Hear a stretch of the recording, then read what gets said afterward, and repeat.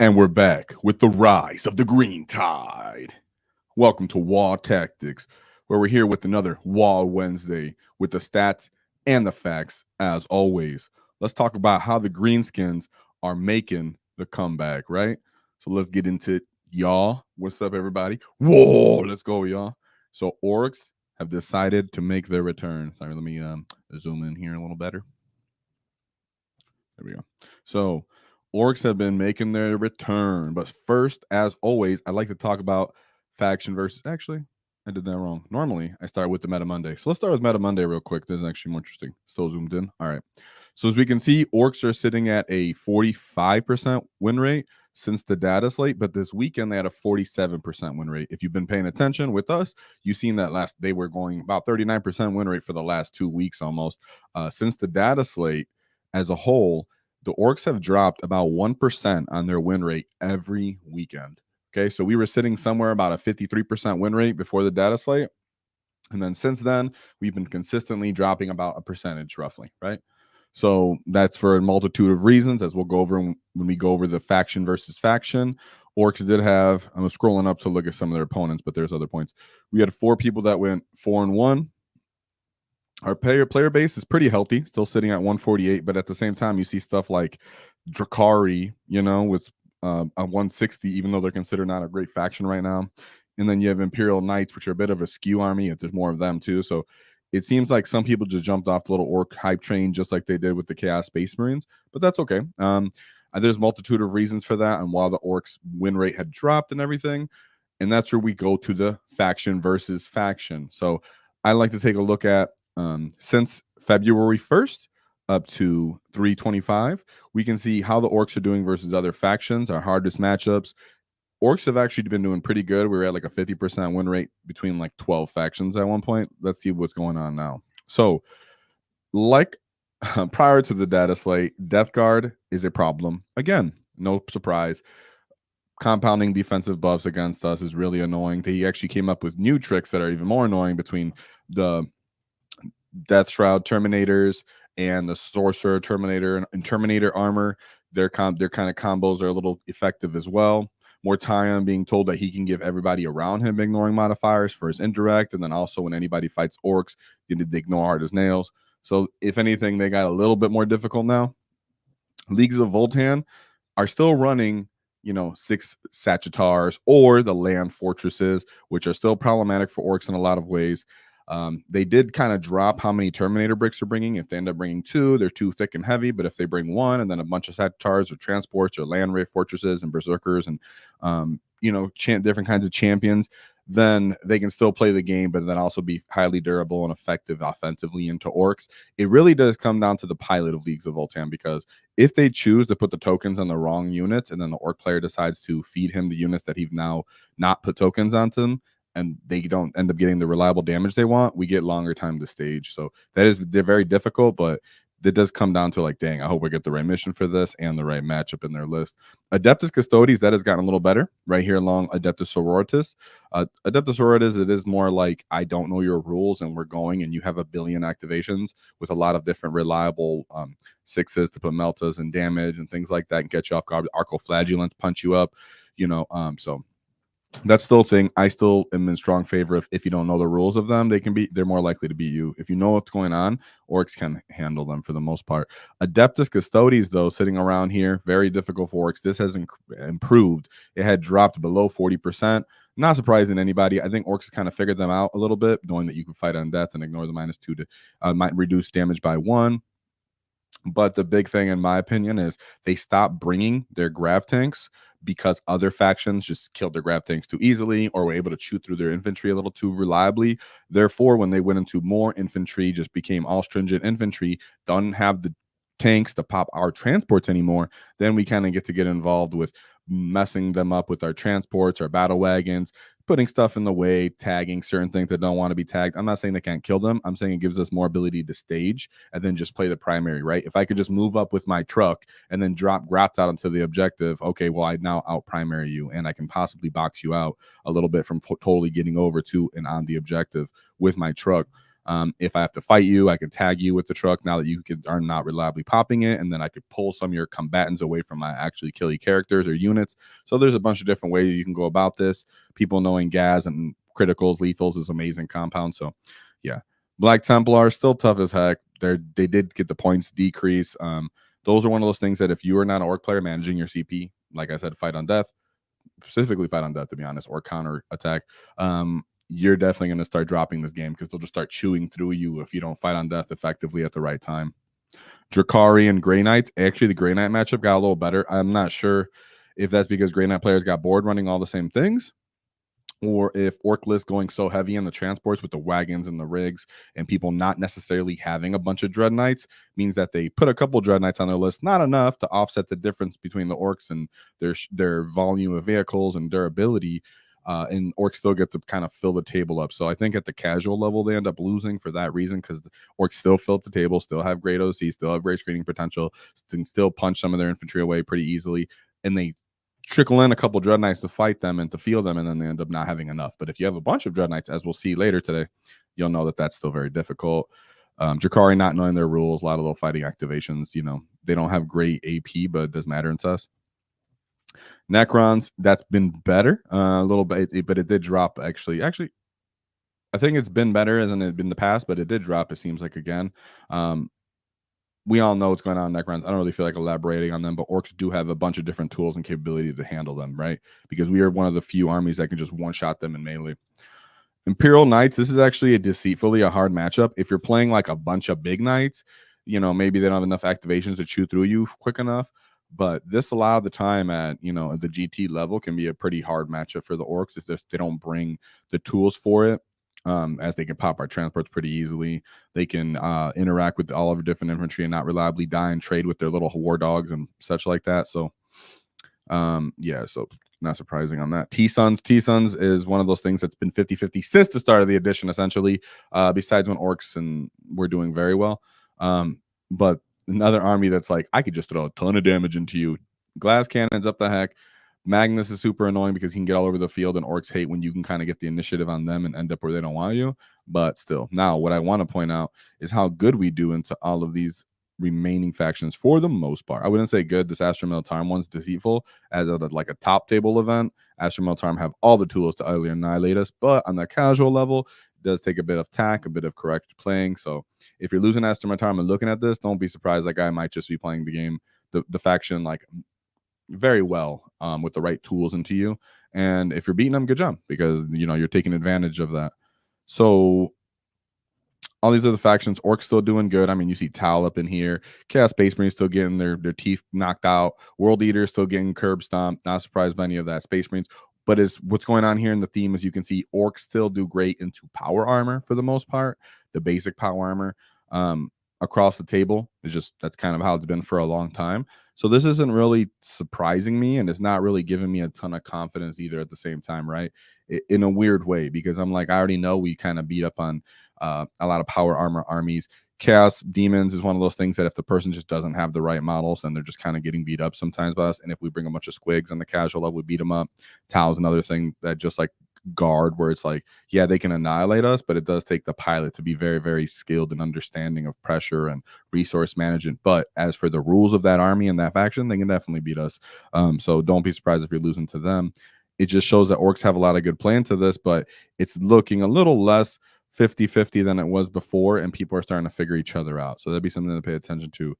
But like always, I want to start talking about the performing Orcs at this event, at the last 2 weekends, actually, right?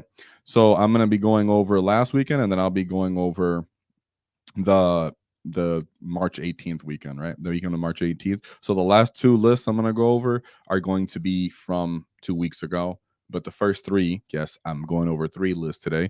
Because that's why I'm going a little bit quicker. We'll see how I go through this, because there's a lot to cover. A lot of Warhammer happened, and I did take a break from Adepticon because of Adepticon, so I wasn't streaming. So here we go. Before I start introducing Coco's March Madness, let me get a shout out to chat. So let me see how y'all gets are doing. Shout out to John Otto. Whoa, seen him at Adepticon and him getting 8th place. We'll give that a shout out later too. We have the WAAAGH is back. Let's get Krumping. Yeah, Met Cat on boys, or the bandana. What's up? So yeah, just made it. Being a few real orcs a few days ago. Yeah, you guys are. And he goes, "Oh, the clip. It's great seeing you at Adepticon. Let's go, clip. Which person exactly were you? Because you never told me your handle when we interacted, most likely, right? So you got to tell me exactly who you were, so I can have a visualization of you whenever you speak to me, right? Aaron, whoa, let's go, Aaron. I almost didn't wear my headband today. That would have been hilarious. And hello, Trask Willington. With Wilkinson. Nice to meet you, bro. First time here, I think. But let's get into one of our gets. So this is covering Coco's event. Yes, Coco's event. This isn't in America. This was a 31 player event, but I really, really like this orc players list. So we're going to get into that. So we have Ryan Brown here. Ryan Brown did end up going 4-1. Let's take a look at this gets list. So we have, it's Krumping time. A throwback list in some ways, right? We have 2 beast bosses on foot. Yup, he brought them back. Captain Badrug, Gazgul Thraka, and the Knob with Wall Banner with Follow Me Lads. Yep, you don't see a war boss, right? Interesting, right? So we have a Beast Snagaboy and other Beast Snagaboy units, of course, for the beast bosses, and then one 20-man unit with the boys with the Wall Banner, just because he's like, you know what? I don't need the war boss. You know what I really think about that guy's not needing the war boss? I totally understand it. This unit isn't necessarily always for damage. And once you pop Unbridled Carnage, you're like, well, this should be enough to kill what I need to kill. And if not, then I at least have the OC to just stand here and hold the objectives and just tag a bunch of primaries or to tag a bunch of different enemy units. So the war boss, you know, I can understand why he's not bringing them. Not sure if I agree with it. I'm just saying I can see how it still plays out and still does its tool utility. 1 truck, of course, for the flash kits. 2 units of Gretchen, and then he opted for 2 kill rigs. Yep, you don't see a battle wag on this list at all because the boys are on foot, just running around, you know, just deciding, hey, I got Follow Me Lads. I have access to Here We Go, so I'm just going to take advantage of that. And it's true because when the wall banner is embarked in the transport, you cannot activate the Knob with Wall Banner. That means it takes foresight planning to go, okay, I'm going to move, disembark, wait here, turn, then call hits wall, or the actual wall, and then I'm going to start getting off, right?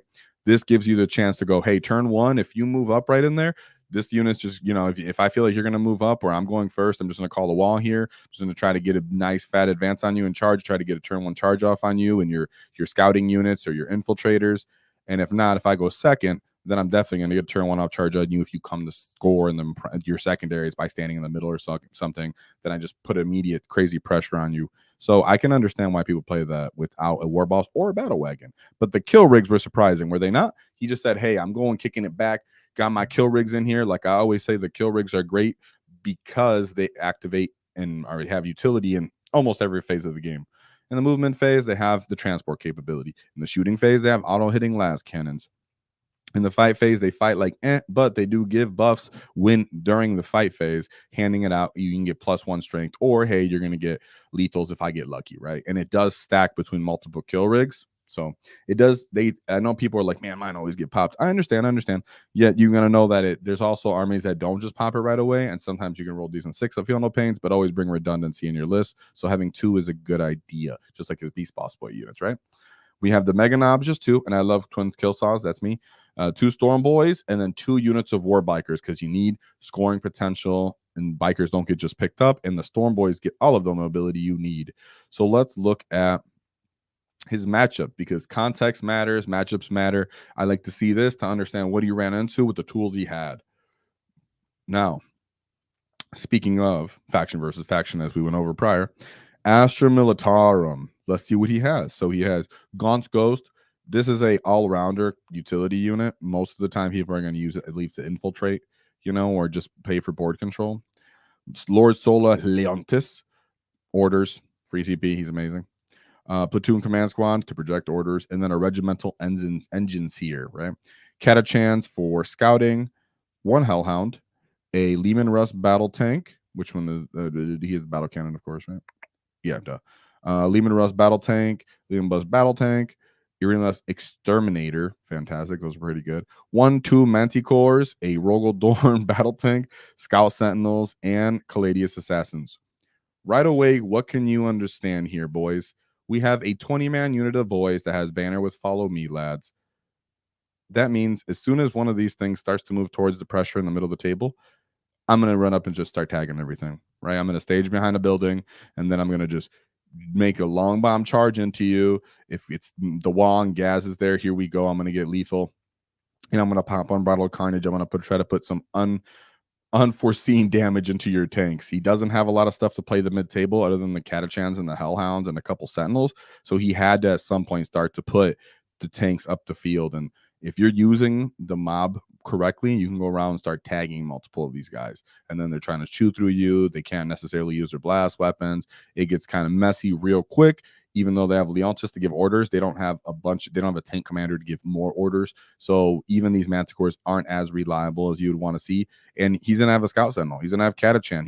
His list is like, I want to move up and try to score and try to actually put some damage on you and with indirect. But hey, you're also giving me some big charges as well, because you're gonna have to invest with these big bulky tanks, and I'm gonna just run up and tag hopefully 2 of them with just my mob alone, not to mention everything else that was on this list. So I can see how that came down to a Git being in Cunning, as you can see. So great job to Ryan. Let's take a look at his second list real quick.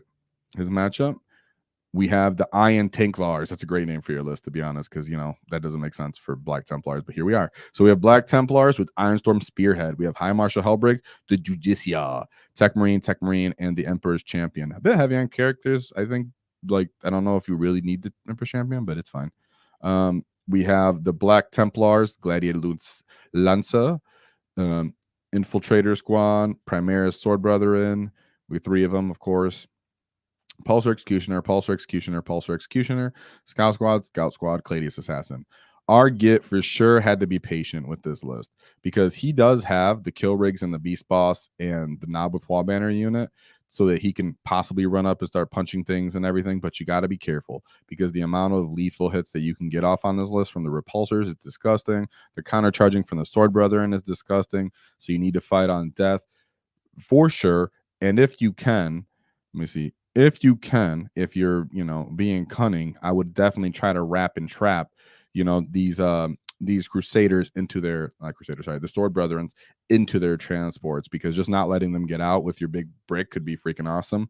Of course, once you're holding them there, Beast Boss comes in there and starts punching through these tanks like nothing. He doesn't have Redemptor Dreadnoughts, because when you put Redemptor Dreadnoughts on this list and the person kind of frontlines them into the Orks might have an issue actually chewing through that fast enough reliably between either squigs or knobs or a flash gate. All of those things don't really like to see a Redemptor Dreadnought. So the fact that he doesn't have that and he just has a couple scouts, and then everything else is like, here's a package inside this repulsor, here's a package inside the repulsor, here's a package inside this repulsor. It's like, all right, well, that means once I interact with you, I'm interacting with all of it, and I actually have kind of the ability to dictate it to a certain extent with this big mob of boys. And then the rigs come in, and the guys get out, disembark. Gas goes off with this WAAAGH. It's lethal. You kind of hold them in the corner. You do possibly get tabled after, but I think if you're managing your fight on death and getting your Beast Boss stuck in to pop some of those repulsors, you can start chewing through that list also. So it could go either way, but the Ryan, I think that was a high skill game, most likely, as in he was really on his P's and Q's, but he just pulled it off with good maneuverability. That's one of those things that you would see it on paper and be like, man, this could be really difficult, but it all could also, you're a high skilled Git using good terrain, you can go, hey, I can see how I can maneuver this, so let's go. Now third matchup, he goes, we RTT army. Okay, World Eaters. So we have Angron, Lord Avocado, World Eaters, Lord and Juggernaut with Favorite of Corn, and Master of Execution with Berserker Glaive. Okay, pretty straight up. So, we know that Lord of Makadis tells people to, I believe, scout or infiltrate. No, scout, sorry. He tells them to scout. And then this guy's literally here just to bring Favorite of Corn for Angron. And then this guy got his decrease, his points increase and everything, and the weakness of the Berserker Glaive, but it's still pretty good. 2 units of Jackals, so you can tag and hold objectives and just keep them, because that's what their battle line rule is. Unit of Corn Berserkers, that's 4 the Executioner, and then once you shoot them, they get to surge into combat, so be careful about that. World Eaters and Rhino, that's the 1 Rhino just for that big unit for the boys. And then we have 1, 2, 3, 4 units of 8-bound. 2 of them are actual 8-bound in the 3-man units, and then we have a 3-man unit of Exalted 8-bound followed by a fat 6-man unit of Exalted 8-bound. This is very much up to you as the Ork player to know how to maneuver a World Eater's army, because we don't typically like someone being able to get the initiative on us, and World Eaters actually have great potential and ability to do that. Also, killing Angron sometimes can be problematic. Luckily, this guy does have multiple beast bosses, so he's like, beast boss, get in there. Oh, he just runs in there and clobbers, and then Angron gets back to life, and then another beast boss flies out the kill rig and does it again. So he does also have the tools for it, but just keep in mind that it does come up to you as the Ork player to understand, hey, you can actually get the initiative on me. I'm going to put my bikers up forward. That way you can only charge on my bikers because you have no shooting. Maybe if I have to, I put my storm boys even. I keep them on the table just so I can use them as move blocking pieces too. As well as always hold on SCP so you can fight on death as soon as that big unit of 8-bound gets somewhere. And if you're able to with your big mob, just tag the rhino and try to hold it. Really just try to surround it. If you can wrap it and just keep the guys in there, that would be very nice. Just remember that if they blow up, they can get out possibly behind you. But since it's a fat unit, that'd be much more difficult. So shout out to that. As you can see, normally Orks do quite well into them. This is the one game he got 100 points into, so great job to Ryan. You have to know, hey, you're going to auto 6 advantage. I'm going to get in front of you. Going second helps in that matchup too, in my opinion. So yeah, let's talk about the one loss that he had, which was to the person who won the event. And he brought everybody's favorite faction right now, the Necrons with the Canoptic Court. So he brought the Catan, the Shard, the Nightbringer, the Void Dragon, 2 Technomancers. One is for infiltrate, and the other one I think for PP farming. That's the enhancements. And then the Technomancers give the 5-up feel no pains to the Wraiths. The Transcendent Catan, 1, 2, 3 Doomstalkers for that kind of reliable damage output for anti-tank. I believe it's strength 14 minus 3, I think 3 damage. I have it over here. So I can see why people bring it. It's pretty cheap for what it is too, right? Compare this to a Death Dread, in your head a little bit. Not that you should go around comparing. I'm just letting you know what the point is comparison to that, right? So I was seeing if I still had the points for what it was, or it's strength 14 minus 3 damage, and it's heavy. It normally hits on 4s, but remember, Court gets rerolls. Then we have 2 units of Wraiths, followed by 1 individual Locust Destroyer for scoring, and then 2 Tomb Blades that are actually great for scoring. So this did kind of catch me off guard. This is one of those matchups that you're like, ooh, I kind of wish I did have the War Boss here to get +1 to hit, to hopefully get better hits into the boys on lethal on the wand to one of these Wraith bricks. Keep in mind, if you ever go into this kind of list, try your best to precision out or heroic challenge the Technomancer from that Wraith unit. Remember, you do need line of sight to actually see it to challenge him. So get your positioning correct. But he's actually quite soft. So that's the one little piece of advice I can give there. If you can pop him, the list starts to go downhill. But usually the Necron player will tail him out and stick him in a building, right? So Orks, you would think, hey, with this kind of list, we have the Wall with Wall banner. We have Gaz on this list. We should be able to throttle them into them. Yet, the guys are kind of shimmying up the field. They might get hit with some of those shots. The heavy one blast if they're waiting. But what I think happened possibly is the Ork ran up there, got in, popped Unbridled Carnage. Maybe didn't just roll hot enough at all because you're still wounding the Wraiths on 5s. And maybe he just whiffed on hitting on 3s, which can happen and does happen. Not rolling enough lethals. And then, hey, now you're just here in the open. Kill rigs don't really like the weapon that those big Doomstalkers have. You can at least all focus fire them into the one rig and hurt it, and then kind of finish off the Beast Boys and Snagga Boys that are in there. And Beast Snagga Boys don't do Beast Boss on foot with the Beast Snagga Boys. Do great hypothetically into Catan if they're still at full potential, right? If they lose 5 of those guys and it's just a Beast Boss, they're going to have still a very, very hard time. And hypothetically, they want to pop Unbridled Carnage into the Catan so they can take advantage of their rerolls, which means your mob isn't doing it. So it's very much like I got to go on 2 different turns things. I got to really manage this. If they pop my rig and then kill a couple of my guys that disembark, it can get rough. So I can see, even though, you're looking at the list like, hey, you do have, ways to beat that list. Obviously, the guy running the Necron list was high level and very skilled. He understood how to manage his, Catans, and 3 Catans is still very difficult to deal with for the most part. So with no shame in losing to that guy at all or that list, it was still a great run. Hard time. I'm not sure what the mission was. Hard score.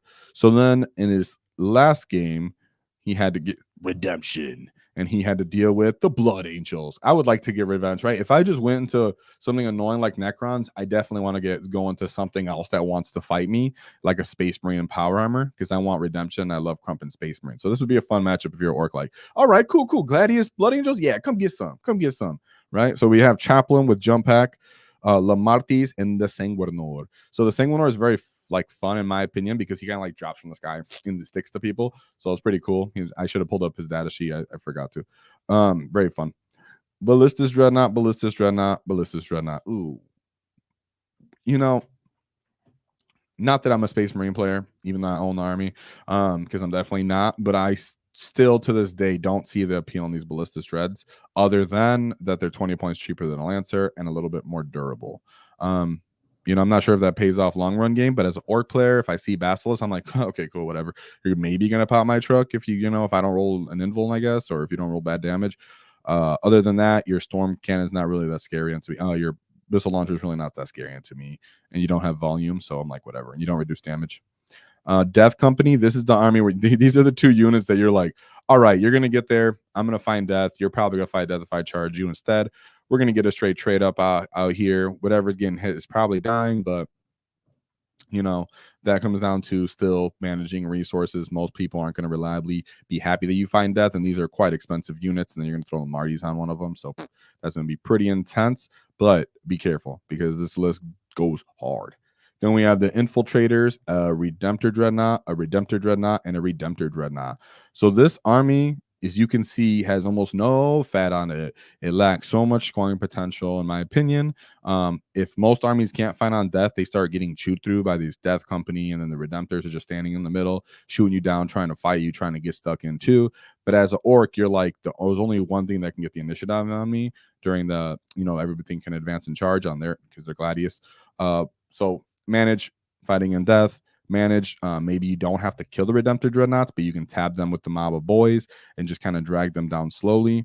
And if you do, if the guy runs out of CP, hypothetically, you could kill them with the boys and gas and such. But just remember, they have Armor of Contempt.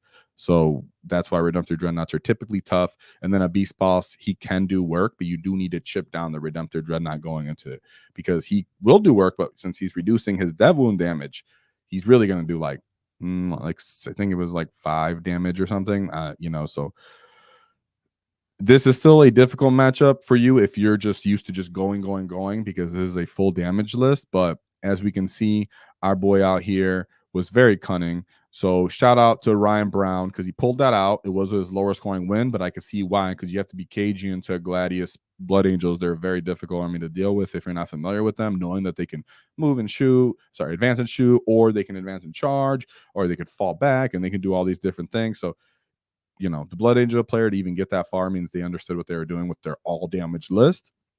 So shout out to Brian Brown because he was able to save on a 6. Whoa, let's go. You get. So great job to you. Wanted to start with you because I appreciated your list. It was a bit different.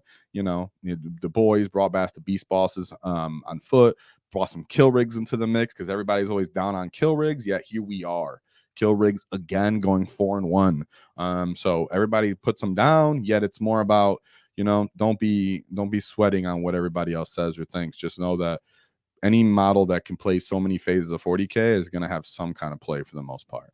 So shout out to Zach Shuck. Let's go. You get. What's up? Whoa, to Zach Shuck. Very generous of you. I appreciate you. Like always, you're fantastic. Let's see. The Git that plays World Eaters in my meta never uses vehicles, but the amount of infantry they use is absurd. Okay. Yeah, they don't. You're right. They never use vehicles. What kind of infantry is the amount that they're actually using absurd? Because there is a list that we're actually going to go over today that looked quite impressive from the World Eaters with how many infantry units they have. I know that some people used to like using the Demon Prince for his 4-up.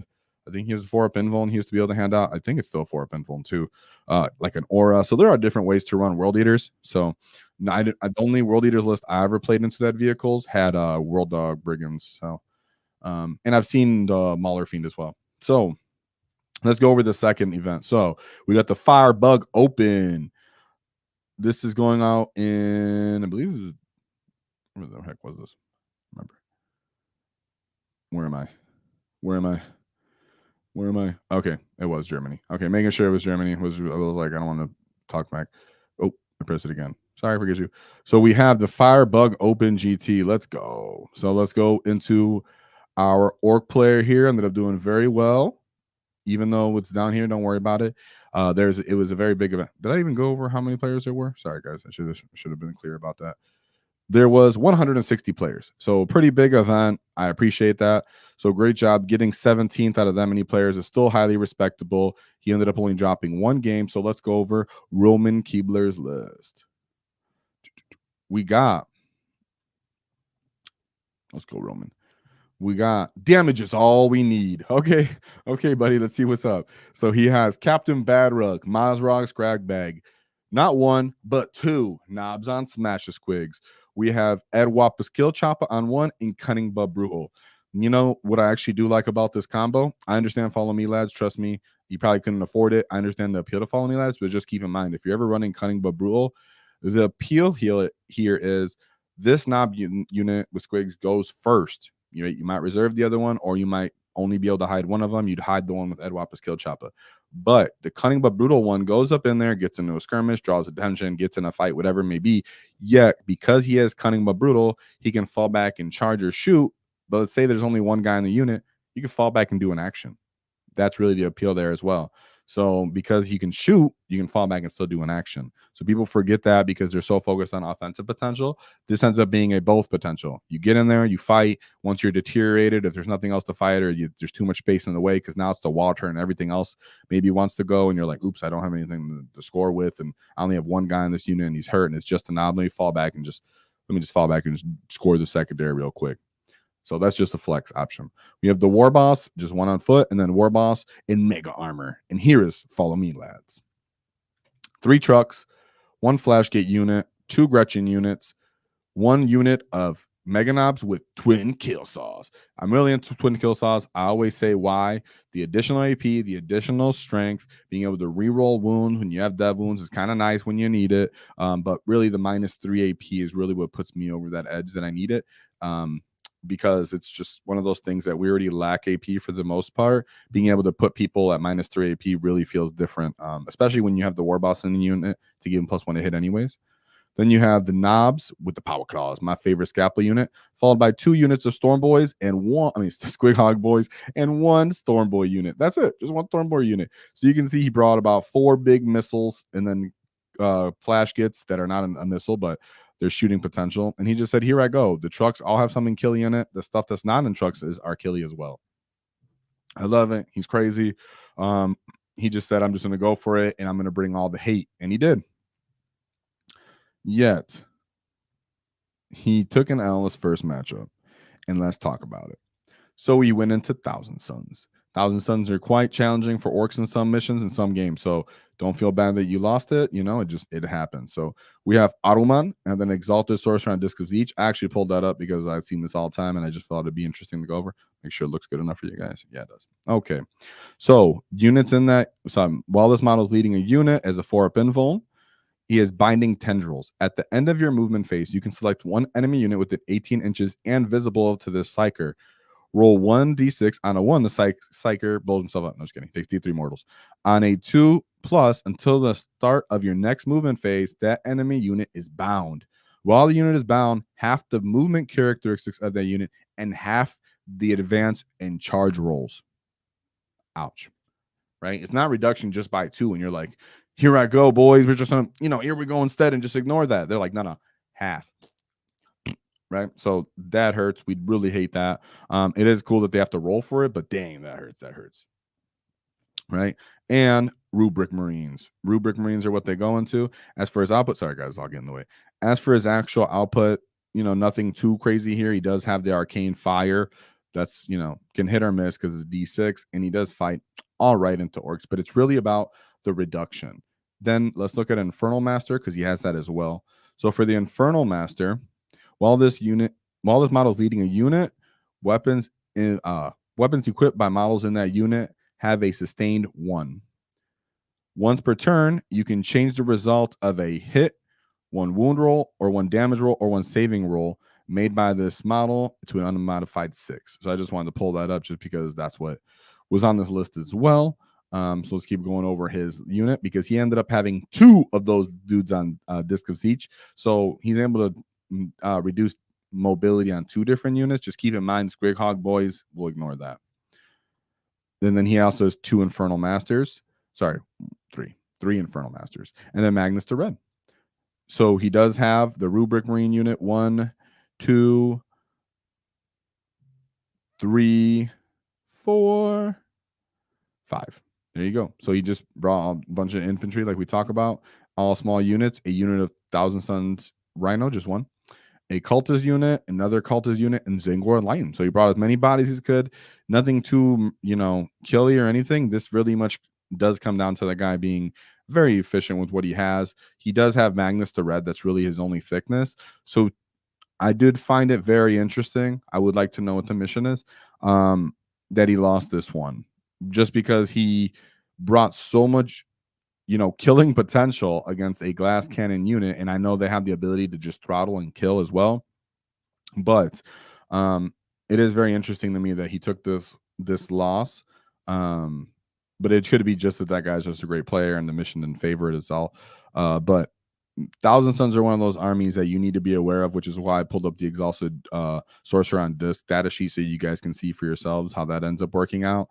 And T-Suns are an army you have to kind of keep an eye out for if there's a one in your meta that's running around just trying to do all the damage. Because when you have one too, shout out to Dave, who ended up being at the top tables at Adepticon this last weekend.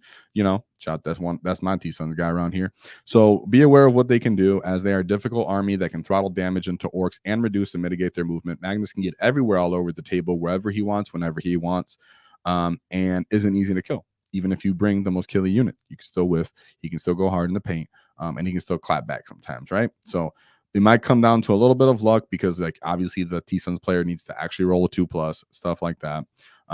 So shout out to Roman. No shame in losing the T-Suns. They're very strong, very difficult. So let's go. Then we have his second matchup. So after that loss, he said, I got to get redemption. I got to get 100 points. We have Astra Militarum, Gaunt's Ghost, Lord Soliantis Platoon Command Squad, and then Ursula Creed. She can give multiple orders, which I think is cool. Cadian Shock Troops. Sorry, I went over these guys way too fast. So the Gaunt's Ghost guys can actually infiltrate, I believe, and they also have the sniper in there, so be careful if you have a little soft character like a 3-wound model. We have Lord Solo Leontis that can give orders, but he can also give orders to tanks, which is unique. And then he can project, this Platoon Command Squad can actually project orders. Then we have a Cadian Shock Troop unit, a Catachan Jungle Fighter unit, and a Deathguard Krieg unit. Okay, I like the mix-up, kind of fun.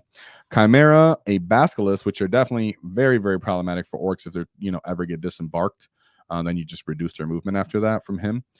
A big unit of Bulgrin, a Field Ordnance Battery, a Kazarkin, 2 Kazarkin units, a Lehman Run Battle Tank and a Lehman Rush Battle Tank, a Lehman Rush Vanquisher, a Manticore, 1 Ogren Bodyguard, and a Scout Sentinel.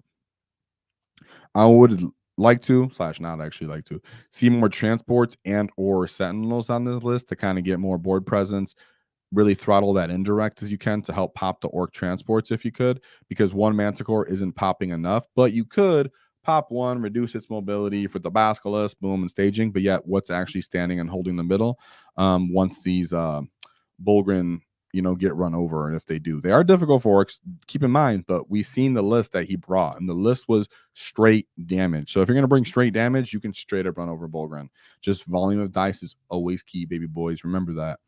2 Kazarkin, they're coming off the table edges. If you're just keeping that pressure and not letting them come off the table edges, that helps. Or they're going to scout, but I don't necessarily see them scouting on this matchup. They don't have chimeras to actually disembark either. So sometimes they'll just come out, side of the table, try to give themselves an order. Sometimes they'll be near Ursula, get orders from her to try to compound orders. So it is what it is. But this guy's close to the meta version, but that's one of those things that I talk about when you're going into, Imperium. They have a bunch of the tools to do it, but if they don't have the most top tier rules of it and they're just playing just a little outside of it, orcs just kind of run them over after that.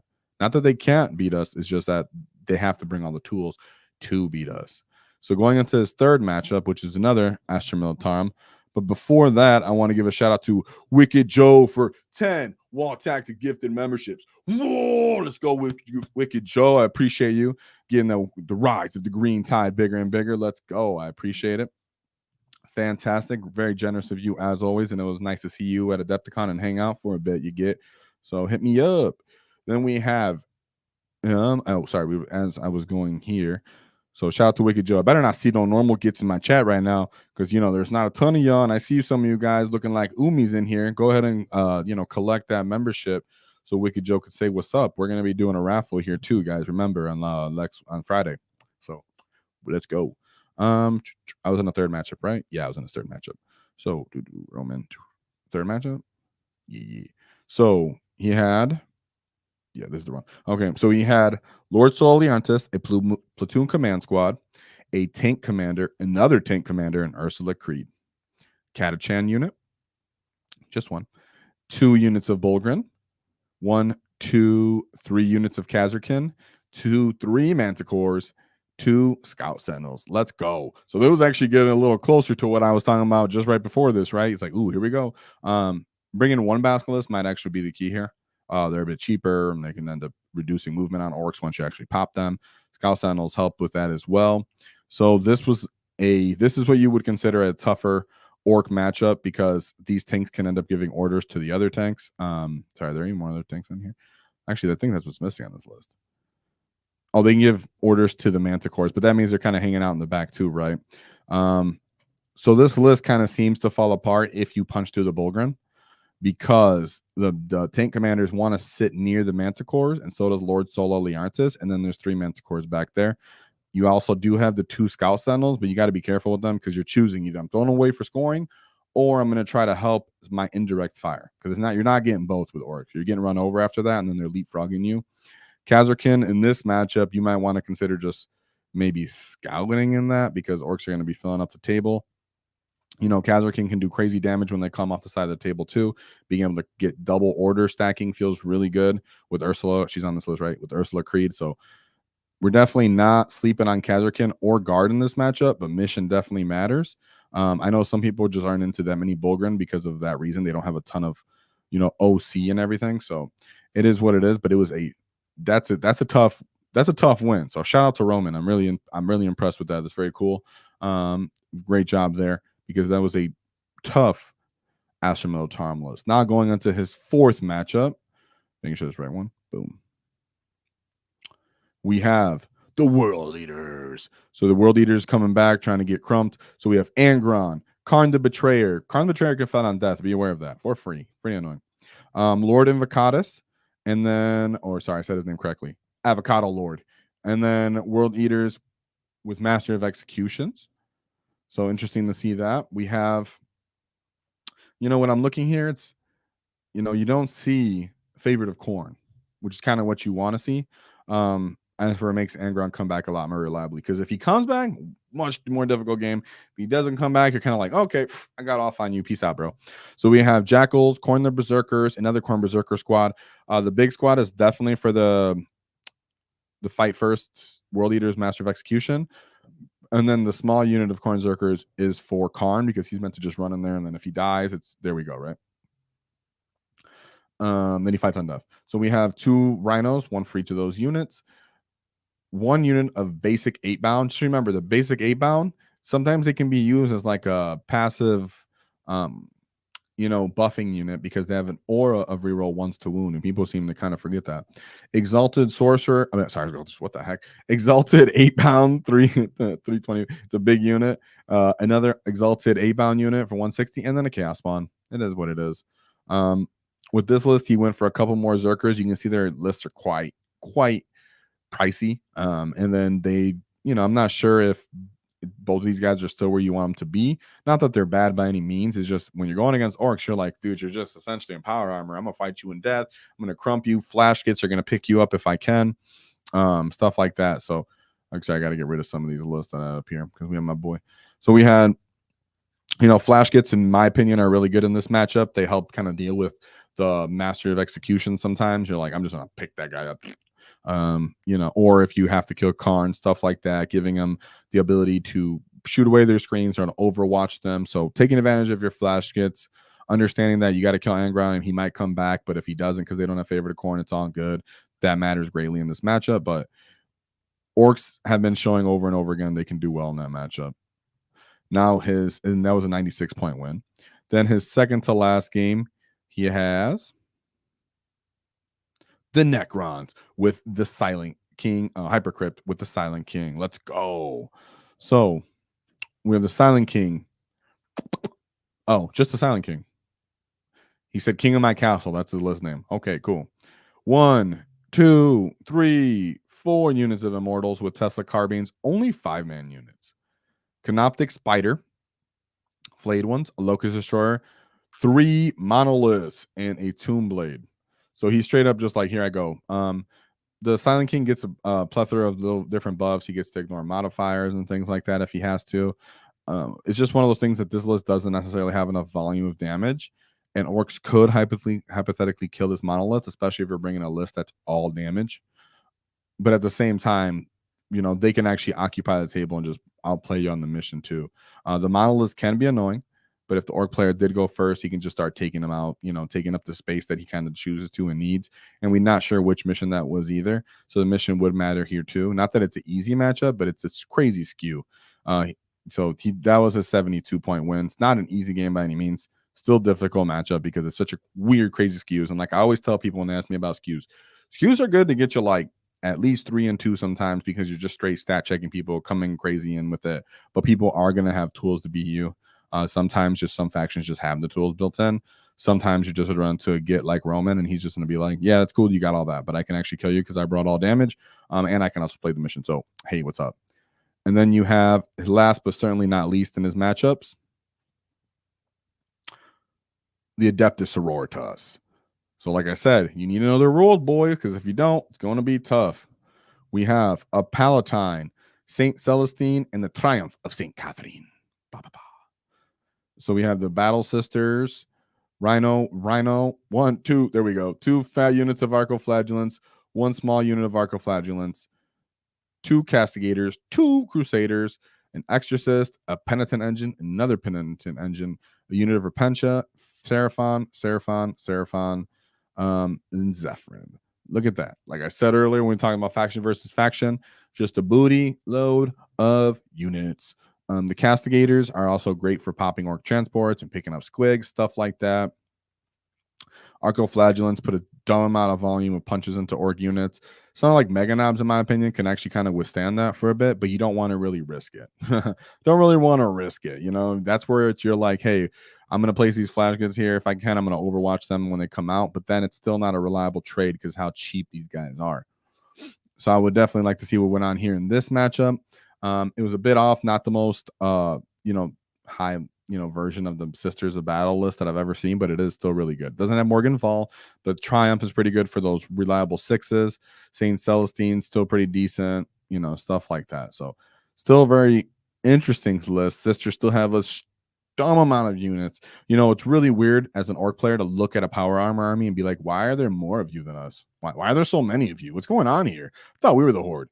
But either way, Roman handled his business here. So shout out to Roman Kilibler. I'm not saying her name, bro. Sorry. Roman. Shout out for the Great WAAAGH for Roman. Let's go. So he got 5 wins, 1 loss. I appreciate you. You get great job with the all damage list because damage is all we need, right? Let's get stuck in. Let me get rid of some of these tabs. The Infernal Master. Went down one. Boom, boom. Now we come to the... Let me look at the chat real quick before I keep getting lost all over the place. Gifted. Thank you, Joe. Is Dagger still spamming frogs? Most likely, bro. Most likely, he'd be doing that all the time. Poor Daggers. You sign up for the Armed Forces Day yet? No, I did not, but I definitely will. I think I went to the last one, so yeah, I most likely will. That's why I'm gonna be getting some practice in this weekend, boys. It's just I wonder if we're gonna have our book by then, right? Yeah, Wicked Joe, it's a GT. It's a 2-key event later in the year. Yeah, I went to the first one. They'll have other ones, and I think there's another GT around me too. So I'm looking to get in a couple RTTs at least make sure I'm nice and practiced and refined, not like last RGT where I was like, I got this. I'm just going to do this list real quick and figure it out on the fly. And then I went up against some hard matchups. So we have, and then, yeah, John Otto, yeah, 3 monoliths, right? It's like, what the heck? That's a crazy amount of like anti-tank, auto-hitting punches, redeploying, all types of crazy stuff. But at the same time, the mission matters. How big and unruly those models are matters. And having just not like a volume of activations offensively can definitely just leave it into the hands of the dice gods, right?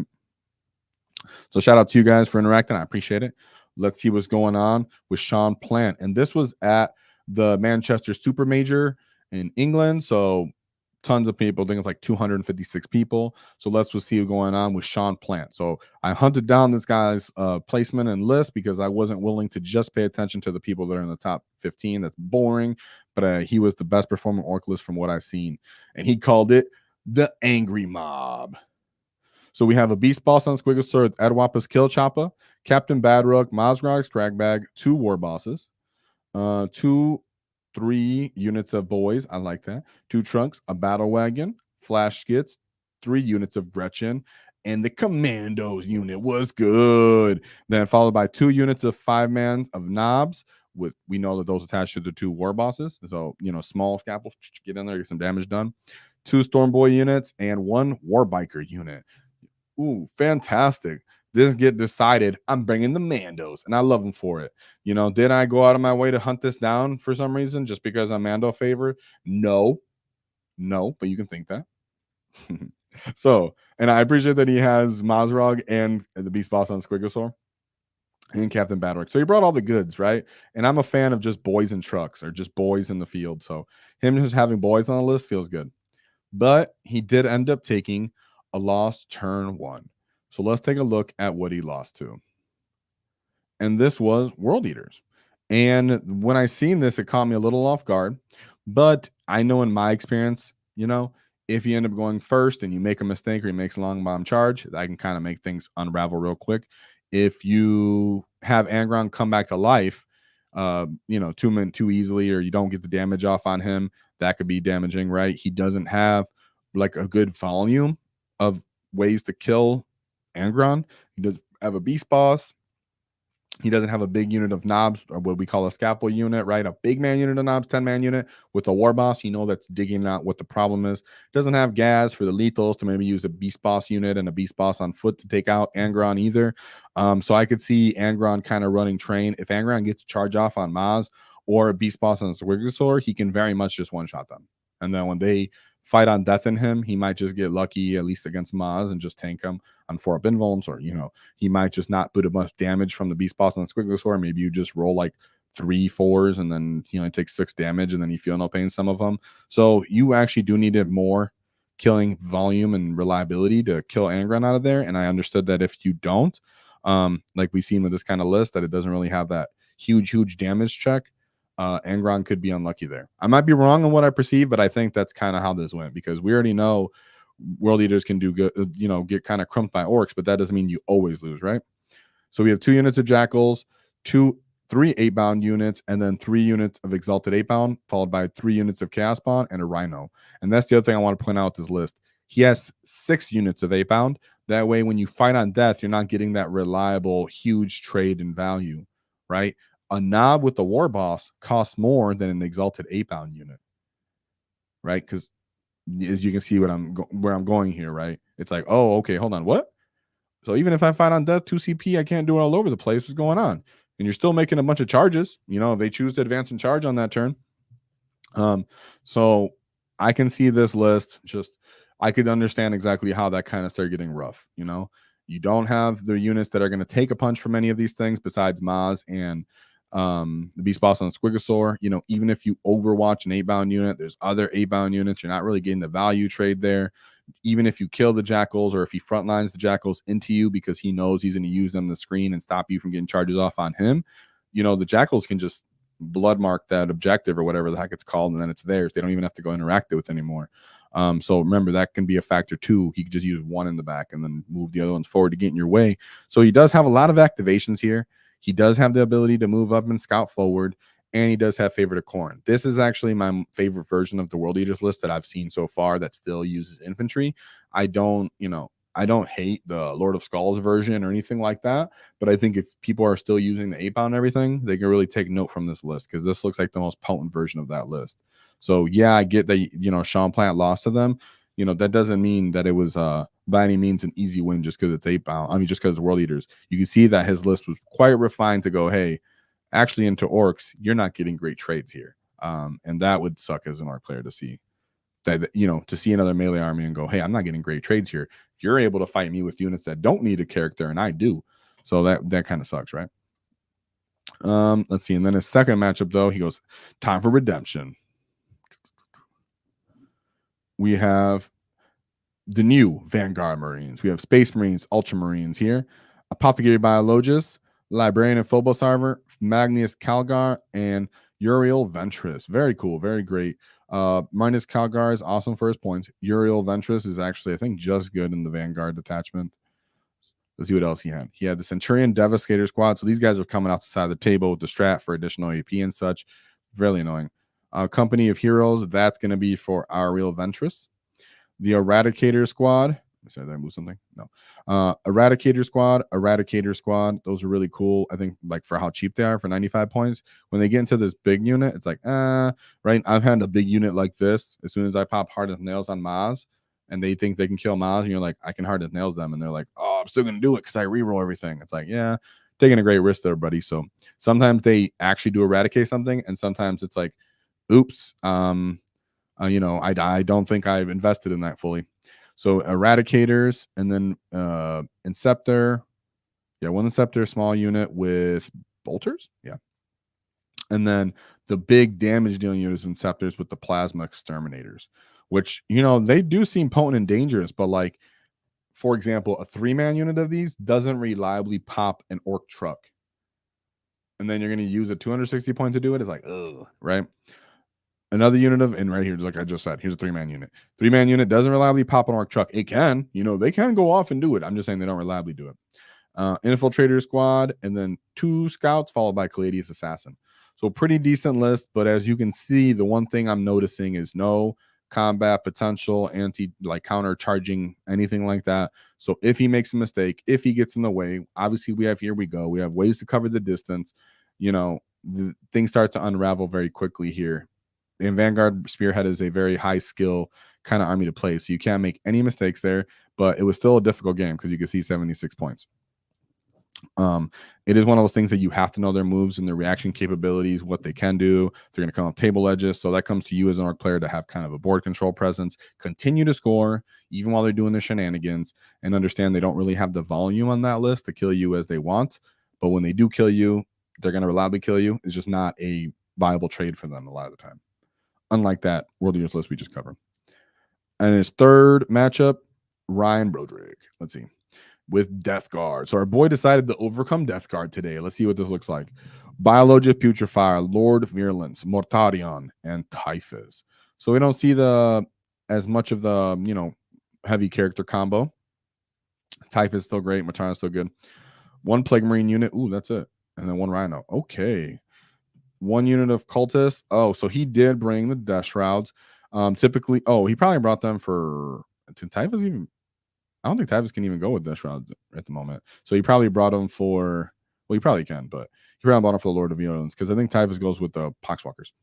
And then he has two 2-man units of Malefitic Blight Haulers. I don't hate them. I just think the drones are significantly more useful for a Death Guard army. That's what I would say, right? So, yeah. And we have 1, 2, 3 Plague Callers and a 20-man unit of Poxwalkers, probably get Typhus. So the biggest takeaway here I would want to say is if you're bringing Death Shroud and they don't have the Sorcerer, because the Sorcerer can give them so many different compounding effects and damage, that's one thing. And then not having the Foul Blightspawn is a huge factor as well. Not even having multiple of them, and not having multiple units of the Plague Marines is a huge factor as well. As these are the most damaging, problematic units for Orcs when you put them in a Rhino. You're like, oh, I can't get the initiative on them. Oh, and then they get to kind of get the initiative on you. They get to pop lethal. They get to lethal 5s, crit 5s.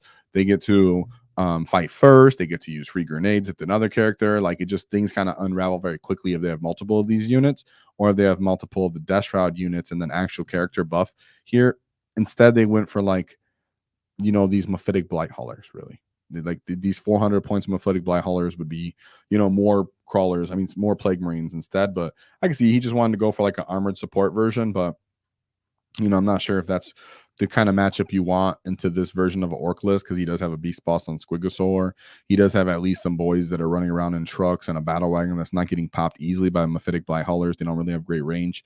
You know, I would like to know how the Mandos went into play in some of these lists, but, you know, it's just one of those things that it's mission dependent. Mandos are very much a skill thing where it's like, okay, what was happening on that mission that I can choose to do with them? So shout out for winning that, because he put up a 94-point win. Now going into his second to last matchup, he's going into another. Is this another Space Marine, or did I kick that twice? I'm making sure I didn't mess this up, because I messed that up. Yeah, okay. I was like, this is a different Space Marine player already? Yeah, so he went into another Vanguard Space Marine player. So obviously this guy knew how to deal with Vanguard by now. Biologic Putrefier with Apothecary Biologist, excuse me, with the Blade Driven Deep, a Librarian and Phobos armor, Magnus Kaldar, and Yo-Yo Ventress. Again, because that's the point of when you play Vanguard, you kind of need to bring Kaldar. Okay, but he brought the big aggressor squad instead. I like that. Brought some damage and punching. An Eradicator squad, just one big one. 2 Lancers. You know, don't really love to see Lancers pointing at your battle wagon. A big brick of Inceptors with Plasma, a small unit of Inceptors, 2 units of Infiltrators, 2 units of Scout, and a Caladius Assassin. Not a lot of stuff moving into the mid-table. Playing and holding primary could be the difficulty here. He is, you know, possibly using these guys to stop reserves for other armies and everything like that. You know, we're not looking to do too much of that. He can at least screen from Necrons and such, so I can get why he brought all that. But he really just had these scouts to run up into the middle of the table and the aggressors. Other than that, he's just kind of just hoping he can outmaneuver you with his Vanguard detachment ability. So they are a tricky get, but it's one of those things that I appreciate when they bring them, the Space Marine player brings them, but you need to be very much on your P's and Q's when you're playing, because things will just unravel against Orks very quickly. We'll just start running you over and tagging things and making charges, and boom, it's all over. It's all over. And last but certainly not least, we have the Tau Empire. No crisis, no enhancement, no problem. So he has Cadre Fireblade, Shadow Sun, Dark Strider, Long Strike, boom. Weirdness. This is a weird list. Wow. Okay. 1, 2, 3. Okay. 3 Breachers and 3 Devilfish. All the Breachers are going on the Devilfish. Just straight up great combo. Ghost Keel Battlesuit, Hammerhead Gunship. Okay. A bit more reliable anti-tank. Crew, 2 Piranhas. You know, Piranhas aren't bad at all, dude. And have a Piranha make you take a battle shock test and you fail it. Watch what happens. That happened to me. So then we have a Riptide in Battlesuit, and another Riptide in the Battlesuit, and another Riptide. These guys are actually pretty dope, I think, for their point cost and where they're at right now. Stealth suits, Tetra. Only 1 Tetra. Okay, only 1 Tetra. I'm very much thinking that Mandos helped in this matchup. Maybe I'm just being biased, getting 100 points. But Mandos are one of those things that you're like, you're not going to overwatch me. You're not going to countercharge me. I'm going to get in the way of your transports. I can, especially if I go first. Or I'll just stage here. When you do shoot at me, I'm stealth.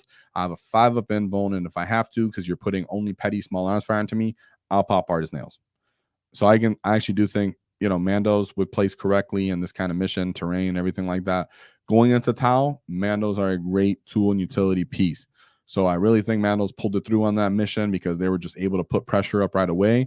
And as everything else starts moving forward, the Mandos can try to tag something, try to stop those transports from moving into place, quickly skirmish with breachers, stuff like that. So shout out to Sean Plant for going 5-1 at the super major event. That's fantastic. Representing the Great WAAAGH for the rise of the Green Tide has happened again, boys. Let's go. Ork players is doing good with a bunch of different kind of iterations of lists, guys, because, you know, people were talking bad about kill rigs today. You know, we went over kill rigs today. People talking about Mandos. We showed some Mandos today. People were talking bad about Squighog boys. We showed a bunch of Squighog boys today. So this is why I very much will be opinionated, because that's part of the channel. but I don't ascribe to this is the Archimedes Bible, right? Or whatever it may be. It's very much like I give you the advice and other people can give you advice, but it does come down to you knowing your meta, the terrain you're going to use when you go to an event, and then you just playing that list and those units over and over again. So that's going to be very important to you. Now, let me take a look at the chat, but these next two events I'm going to cover were from the weekend of 3/18. So these are about 2 weekends ago.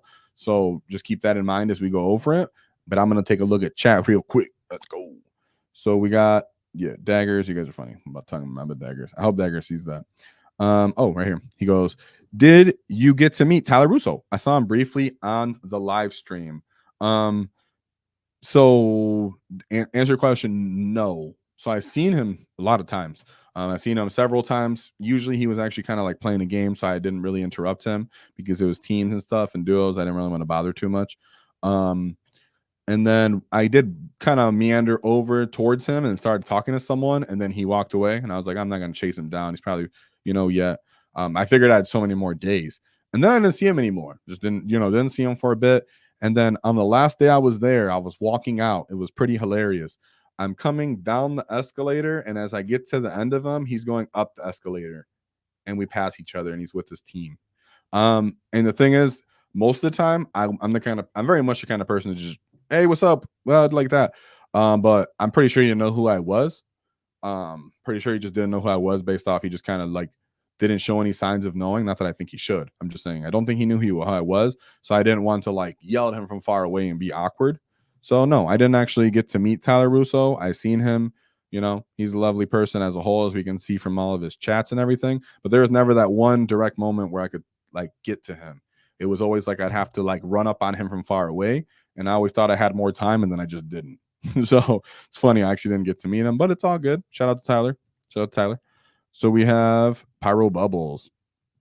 He says, seeing the poll chat, I feel at least 3 Squighog's help keep momentum when you're out of the WAAAGH. 3 attacks, each is strength 5 with lance helps a lot against targets. WAAAGH benefits are just a bonus. Yeah, what you're describing is what I call a skirmish unit. 125 points for what it is beating up a lot of different units at its same point value or less, or even a little bit more, and they can at least give you the reliable damage on a non-WAAAGH turn, which other Ork units kind of don't. Let's say like a War Boss unit with knobs, kind of pricey. You still have to include a character. 5 of them really don't reliably put it into the, put in that work is what I would word it, outside of the WAAAGH turn. So it's kind of like, ooh, but 3 Squighog boys, a 3-man unit, a skirmish unit. You get to throw mortals at someone, run up in there. You're pretty durable. They'll maybe kill 2 of the guys. They may be in response. You get killed, lose 2 of them, but you still have 1 left on there. He still has some utility as his OC or running around and trying to tag something else. So I get what you mean, and I agree. I think 3-man units are still fine. I think 2 or 3 weeks ago, we showed a list that had a couple 3-man units. So yeah, I though have been using, if I use Squighog boys again, it's using the big bricks. Yeah, John, no Foul Blight spawn is seen. Tracy says that her second army will be Orky. The rise of the green tide is real. Let's go, Tracy. Shout out. And she was wearing her shirts multiple days at the Adepticon. That's what's up. Appreciate you, Tracy. Thoughts on War Bikers from Pyro Bubbles. He goes, thoughts on War Bikers. I tend to have good luck with them in 1K point games, scoring, tagging small squads early. No, I absolutely love War Biker units. War Biker units are awesome. I pretty much bring one every time on my list because I'm bringing the Death Killer War Trike. But even if I didn't bring a Death Killer War Trike, I'd bring War Bikers. Being able to do secondaries because they actually move fast and they have assault, so they can actually shoot and run around. Odd toughness. A lot of people don't like that they're T6, and then the knob having 4 wounds means that if you do end up taking a 3 damage, you're like, I'll take it on my knob real quick, actually. Oh, you're done shooting? I get to keep moving around now. That's very good too. So no, and at 1,000 point games, if you ever watch our 1,000 point video, which is older, but I still agree with it for the most part, is Orks have the advantage in 1K only because we can put a lot of fast units all over the table and you're playing on a big table. So something like War Bikers, Trucks, Storm Boys, 3-man units, Squighog Boys, actually quite great in a 1K game because you have the mobility and the durability from other people's small arms fire. They don't have enough activations usually to like clear those units straight out, and then when they run up and keep doing stuff. So no, you're totally on the right track, Pyro. Fantastic. So here we're gonna go over the battlefield for Birmingham to 22, Birmingham. So as you can see, we have 86 players. Let's look at the placings. And this is the event man achievement one with his fun list. You know, fun. But it's funny because Peter did end up going into him. His loss was to Manny, so we'll go over that as well. I have some first-hand experience into that version of that list. You know, so we'll talk about that. So let's take a look at Peter's list. His list was BB. So he has Beast Boss and Squigosaur, Death Killer Wartrike with Super Cyborg Body, Captain Badrock, Mazrog Scragbag, Knob on Smash Squid with Cunning but Brutal, and then a War Boss, Edwapis Killchopper. Very, very confusing. Not even gonna lie. I don't know if this was like an accident or if this is straight up what he ran it as. You know, I'm just gonna say I would definitely always advise you take Edwapa and a Knob on Smash Squid and Cunning but Brutal on your War Boss. So maybe he just placed them incorrectly and told the TO when he got there or something. Whatever it may be, just I still advise that regardless of this outcome of what we're reading here. But if you don't, you can put it at least on the Beast Boss and Squigosaur. You know what I'm saying? There's like a couple of choices for Edwapa, but hey, it is what it is. What I really want to point out is he pulled out what I like to call the trip fours, right? You have 3 characters all with 4 Feel No Pains. Now, could you go into 2 Beast Bosses and Squigosaur? Sure, but what I always say is the Beast Boss and Squigosaur is unreliable damage for what he is. And the Death Killer Wartrike is much cheaper with a very similar defensive profile, but also more utility for the fact that he can score for you while also being tanky and absorb damage. So I really like the trip 3 combos, as in it's 3 different characters too, right? He has 2 battle line of boys. I appreciate that. 3 trucks. I think 3 trucks is the key if anybody's out there wondering. Flash kits. When I mean key, I mean that's kind of the threshold. 3 to 4, you know, I think, but 3 seems to be just where it's at. Flash kits, 2 units of grots, 1 big unit of knobs. I'm really into big unit knobs. I see people using the 5-man units with the War Boss. I just argue that it doesn't do proper skirmish trades unless it's against power armor. So if you're in a power armor heavy meta, go ahead and use those. They'll have much more value. But if you're going to run into other armies like a Tyranid or a Demon or, you know, just whatever it may be off the top of your head, like, you know, the knobs with the War Boss non-wall turn are not doing anything. So, you know, into those kind of units. So I like to bring the War Boss in a big unit, pop Unbridled Carnage, get stuck in, annihilate what I need to annihilate, and keep going. And then that also brings more utility out of Cunning but Brutal, which is what I assume he actually put on the War Boss. If not, that's what he should put. Then he has Squighog Boy, the big brick, 2 Storm Boys, and then a Warbiker unit. So this is very much like almost exactly the kind of list I have run or would run. Feels really good. Has a bunch of different utility for scoring, for killing, for durability. You know, you can play tactical on here and or fixed really in some matchups. So very nice, very good list. Very well-rounded list, I would say. So let's take a look at his first matchup. He went into Astaminotatum, and the list is called Tanks Everywhere. Hey. So we have Tank Commander, Baneblade, Basculus, Lehman Rush Demolisher, Rogel, Dorn, Battle Tank. So he has about, you know, 5 tanks, including one of them's a Baneblade, or 6 tanks, sorry. And then he has 3 Basilisk. There you go. That's his list, right? Very much killy, and depending on what terrain you're playing on, this could be horrifying, right? This is very much as an Ork player, you're like, I think, as bad as it sounds, I think you might just be like, I'm going to, you know, deploy the trucks in a hidden way, I guess, if I can stage better, but I might just go on the front line and just hope I go first. Just because it's a ton of tanks, they can't really keep you off them. If you go first and you close the distance, then you can start tagging them and you can actually punch through them with some of your units, keep playing. If they do decide to allocate resources into just killing Maz straight up, and he can tank a ton of their shooting too. So I would very much, if I don't go first, if I'm going to put most things on the line, probably besides the trucks, because if I don't go first, then they're going to definitely shoot the trucks and then hit the units inside with the Basilisk, because he doesn't have Manticores to reliably pop my trucks. So the trucks will stay hidden, but everything else I might just decide, like, I'm just going to put you on the line and just try covering distance and jump to terrain, because I need to close the distance on you, and just not allow you to just pick me apart with all your tank shots. So they do have to come forward with their tanks, That's the funny part also. So they might not respect you, and then they run into you, and you get your orcs in there, and you start popping dev wounds into them. But for the most part, this is like play hyper aggro, cover the distance, beat the crap out of them. And he put 100 points on there. So I'm hoping and assuming that's what happened. As for his second game, he went into Salamanders with Firestorm Assault, Apothecary Biologist, Captain and Gravis Armor.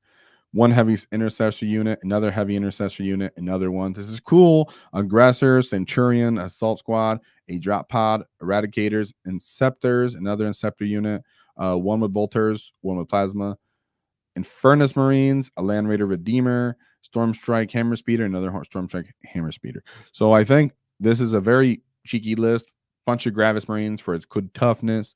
You know, boys don't necessarily want to fight like just straight up normal boys. Don't want to get into a conversation with heavy intercessors for the most part because they're not reliably killing them, and they have good durability to like damage one punches and stuff.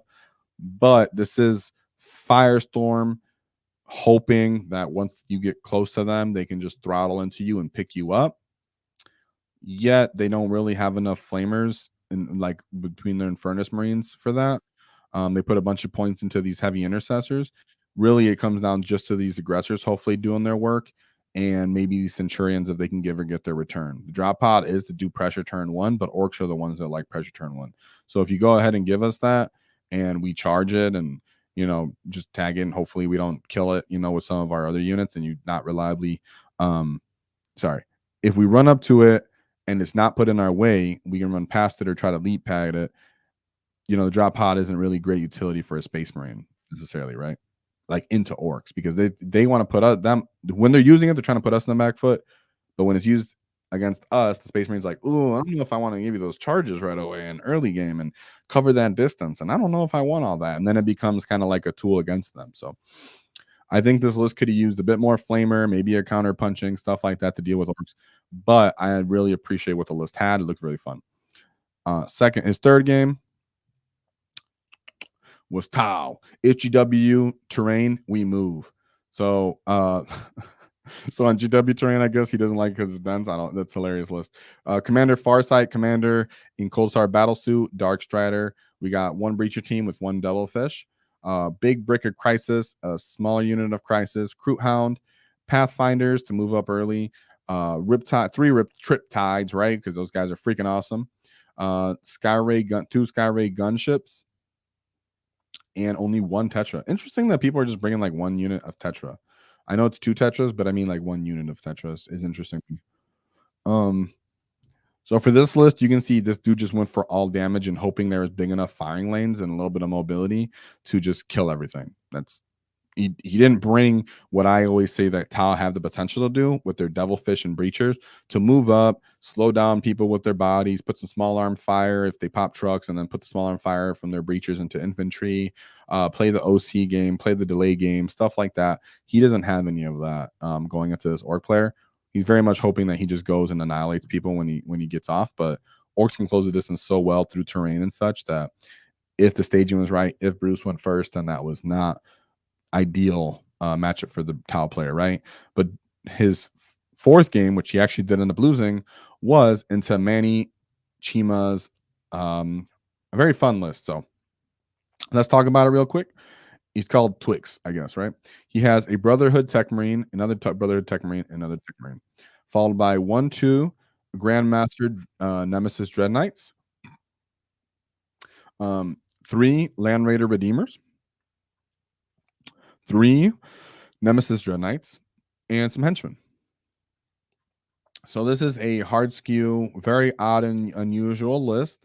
Manny did win the event with this list. I'm sure some of you guys have already heard. Funny enough, I played into a similar list before the Dread Knights got super popular. And it's funny because a couple of channels were laughing when they seen that 6 Dread Knights, you know, won in a GT, you know, a couple months ago. I think I won the Armed Forces GT I was at, or what was the GT called? Whatever. He won the GT I was at running a bunch of Dread Knights, and really they're super good since the update to their data sheets and everything and how they play. And it's funny because Manny Chimna compounded that by adding a bunch of Land Raiders and then giving Tech Marines to them too. So let's take a look at their data sheet real quick, because I think it's important to kind of go over what they can do and why they're annoying. So we'll just look at their profile real quick. They're gonna bring the heavy psychic cannon, right? Ignoring cover, 24 inches, strength 6 attacks at strength 10, -2, flat 3 damage. Mind you, there's 5 guys with these guns on the list, and then there's also 5 guys with these flamers. Oh, sorry, flamers right here. So they're gonna also bring these flamers as their second weapon. These are 2d6, strength 6, -1, 1 damage. Very good into orcs, having strength 6 and having that strength 10, which is just enough to get you over into Squig. Not just enough to get you over trucks, get you over Squighog boys, get you right on there with Maz and Beast Boss on Squigosaur. That way you can not be wounding them on 6s. So if you have to kill them, you possibly can. But really, they'll usually ignore those guys and kind of kill everything else because they have uppy downy. They're going to pick up multiple of those guys. But they get reduced CP stratagem cost. The basic Dread Knights have the same data sheet, but their army rule is that they can fall back, shoot, and charge.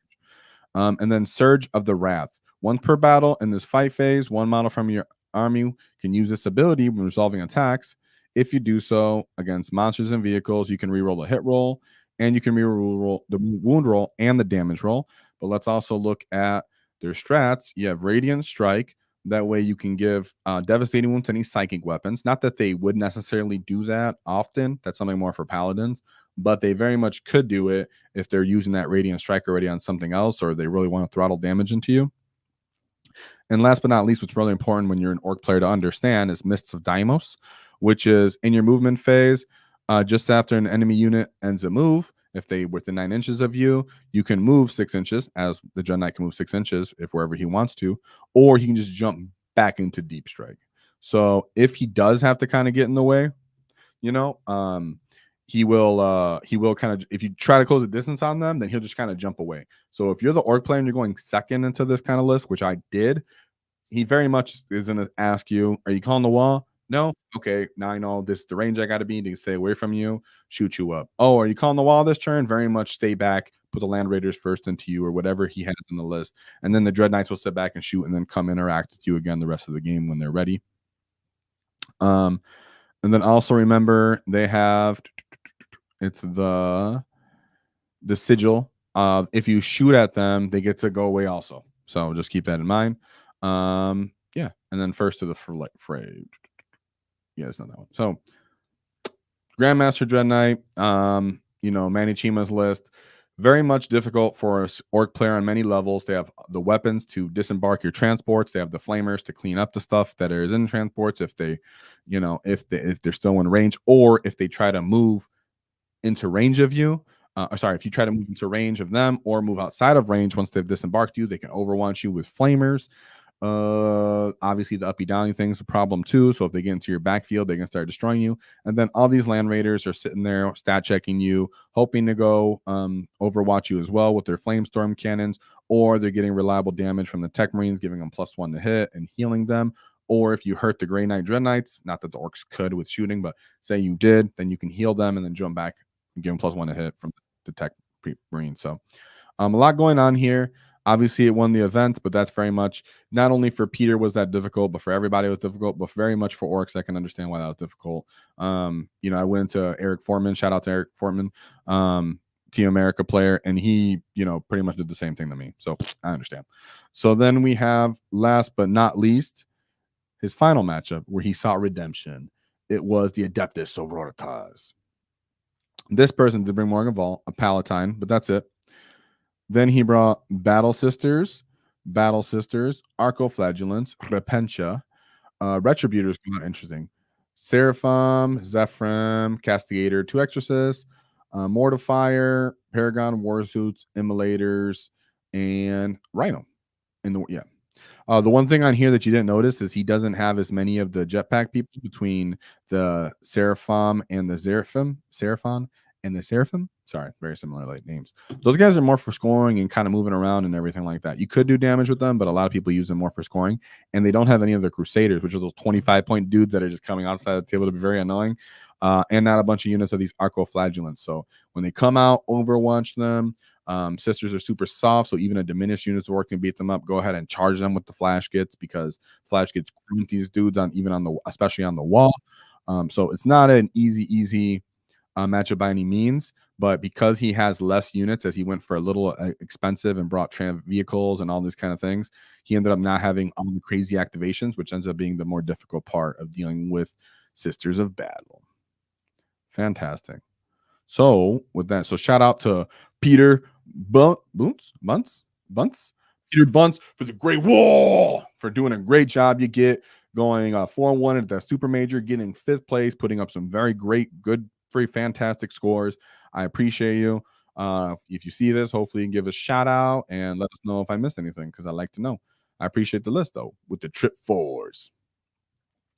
Let me get rid of some of these data sheets that I had because I pulled that up. Let me see chat real quick before I go over the last list from one more GT, since we were doing catching up from the last couple of weeks. He goes, thoughts on more Def Killer. Let's go. Oh, he says, that's exactly what a Grey Knight player will ask you all of the time. What will they ask you? I mean, I want to know what you meant by that. Something I said, but I didn't see it. Sorry, the comment. Yeah, but let me know what you meant. What they always ask you. What are they going to ask you, if you could shoot, or are they going to ask you what? Oh yeah, for sure. Now I know what you're talking about. They're always going to ask you what, if it's the WAAAGH turn. Yeah, because that's all they need to know. Once they then all of a sudden they're just like pre-measuring you and just staging and shooting the crap out of you. So let's go into the last list we're going to go over this week in performance from Joe Gruskowski. So I think Joe's actually been on the channel, presented a couple times. So show, where you at, Joe?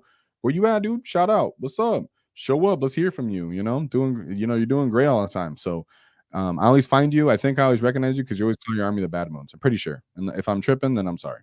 There's a lot of homies that call themselves Joe. So Joe was at a Free State GT in the United States. So it wasn't the biggest event. They still only had about 33 players, I think it was. So still good event. Let's take a shout out here and look at his list, because I think it was a fun one. We have the Big Mech in Mega Armor, another Big Mech in Mega Armor, Snickra, Mazrog's Crackback, War Boss with Super Cyborg Body, and another War Boss. Truck, Battle Wagon, and a Death Dread. Let's go for the Death Dread, boy. You always got to get a whoa whenever you bring a Death Dread to a GT and end up going 4-on-1. Kind of crazy get are you. 1 unit of Gretchen, and then he also brought Kommandos. Yeah, boys, what's up? Keep talking about the Mandos. We covered 2 lists that have Mandos from 2 different weeks. So what's up? Everybody was making fun of me saying Mandos were good, and then here we're at, guys. Here we are.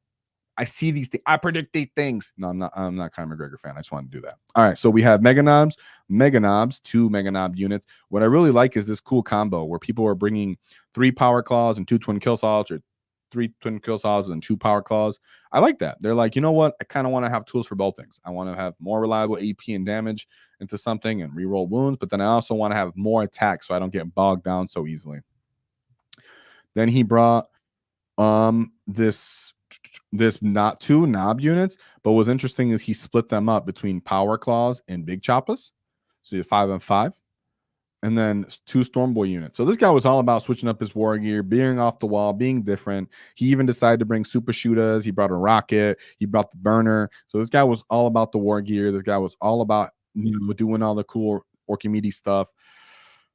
So I appreciate it. And of course, with the Big Mechs and Mega Armor, these guys, I gave them up a while ago because so many people in my meta are teched for killing custodes and 3-wound models. So I'm always very interested when people make these work so proficiently.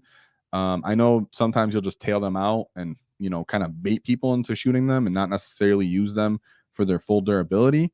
But they don't have like great OC or reliable damage output. So I always get super interested in that. So interesting that he used 2. So let's see what he went into for this, right? He ended up going into Salamanders for his first matchup, Firestorm. He has the Apothecary, Vulcan Heastan. So Vulcan's here to do the real damage. We have the Assault Intercessor, an Aggressor Squad, 2 Aggressor Squads. So I really like when you have a bigger one, obviously, to take advantage of Vulcan. Blade Guard Veteran, another Blade Guard Veteran Squad. Eradicators. Land Raider Crusader, another Land Raider Crusader. Right? We know the Redeemers will most likely be a little better for this detachment. Only 1 Redemptor Dreadnought, a Repulsor Executioner. So not the most efficiently put together list. This is one of those things that they want to close a distance on orcs to get their detachment rules, and then once they do, they kind of get crumped up. So shout out to Joe for putting 100 up on that get. Let's take a look at his second game, which is actually the game he lost, which is into Leagues of Voltan. And as you've seen at the beginning of the stream with the faction versus faction, this is our second most losing matchup. So this is the faction we lose the second most to. Death Guard is the worst, and then this one is the second hardest matchup for us. So we have an Iron-Haired champion, another Iron-Haired champion, and then the Grimnir. We'll go over their data sheets and stuff in a second because I want to point out this stuff. We have the Hearthguard Warriors. Then we have 1, 2, 3, 4, 5, 6 Sagittars. Let's go. So he brought back all the Sagittars. Hey, a Brocade Thunder King. Berserkers. A Hearthguard unit, that's their version of Terminators, followed by 3 Pioneers, and you need nothing else. So no land fortresses, only 1 unit of Terminators. I can appreciate this list. Very, very annoying, very, very troublesome. But and you know what? He had Mandos in this list and he still lost it. You know, and I'm not saying, oh, that's it. I think, you know, it's a difficult matchup, even if you have the tool of the Mandos, because he has so many Sagittars. Let me take a look at some of the things that I wanted to point out here. So one thing I want to point out that I think is only kind of slipped on by orc players because I never hear them talk about it or know, but I just want to let you all know that this can possibly happen. As these berserkers, for the most part, you look at the berserkers, and when you see the berserkers, you're like, oh, these guys can punch. You know, they're not super reliable because sometimes people bring the profiles where they hit on 4s. If they bring the ones that's the axes, I think axes at least give a more reliable output. What I really wanted to point out to orc players, just so they know, you know, because I had this play against me wrong before, but it's also important that it's actually a real rule, is that this mole grenade launcher with its blast indirect, sorry, I don't mean to do that, with the blast indirect actually gives you a reduction of mobility. So it says subterranean explosives in your shooting phase. After this unit has shot, select 1 enemy unit, excluding monsters and vehicles, that was hit by 1 or more of this unit's mole grenade launchers. In this phase, roll a d6 on a 4+ until the end of your opponent's next turn. That enemy is shaken. While that unit is shaken, subtract 2 from its move characteristics, subtract 2 from an advance, and charges. So there's a chance that once they disembark your truck, that they can try to indirect fire you with these berserkers and then reduce your mobility there too. So of course that could be a factor as well in this matchup. So keep that in mind. I had to play it against me before. Oops, I pulled up the same one. I had that list pulled. I had this pulled up against me before, and the guy just whenever he shot at me, he tried to put that ability on me. Make sure they roll for it. That's all I wanted to point out. As for this list and its characters, right? So we have the Iron-Haired champion, which he's the one who's going to be with the Hearthguard Terminators.